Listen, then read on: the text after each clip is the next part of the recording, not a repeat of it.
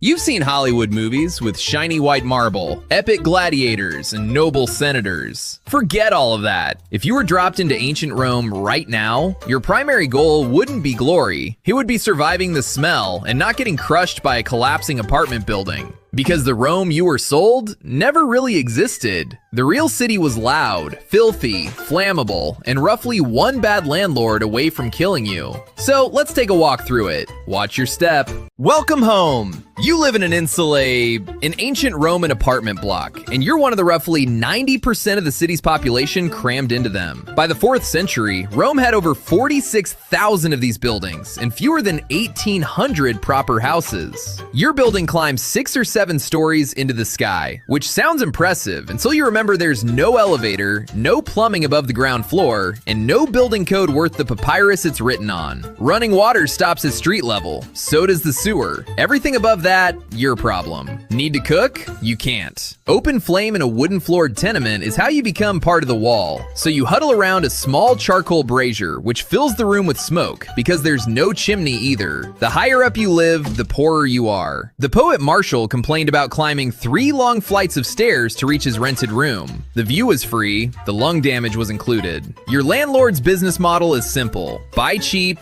build cheaper, stack another 2 floors on top in mud, brick, and prayer, rent them to whoever hasn't died yet, and disappear before the walls do. The satirist Juvenal wrote that his fellow Romans lived in buildings propped up by slats, with landlords patching cracks and telling tenants to sleep easy, as the ceiling gaped above their heads. The buildings collapsed constantly, and when they didn't collapse, they burned. Marcus Licinius Crassus, one of the richest men in Roman history, built his fortune on this. His private fire brigade would show up at your burning insula and refuse to lift a bucket until you sold him the property. On the spot, at a discount. Then, in July of 64 AD, the whole system finally caught up with itself. The Great Fire burned for 6 days. 10 of Rome's 14 districts were damaged. 3 were erased. Home sweet home.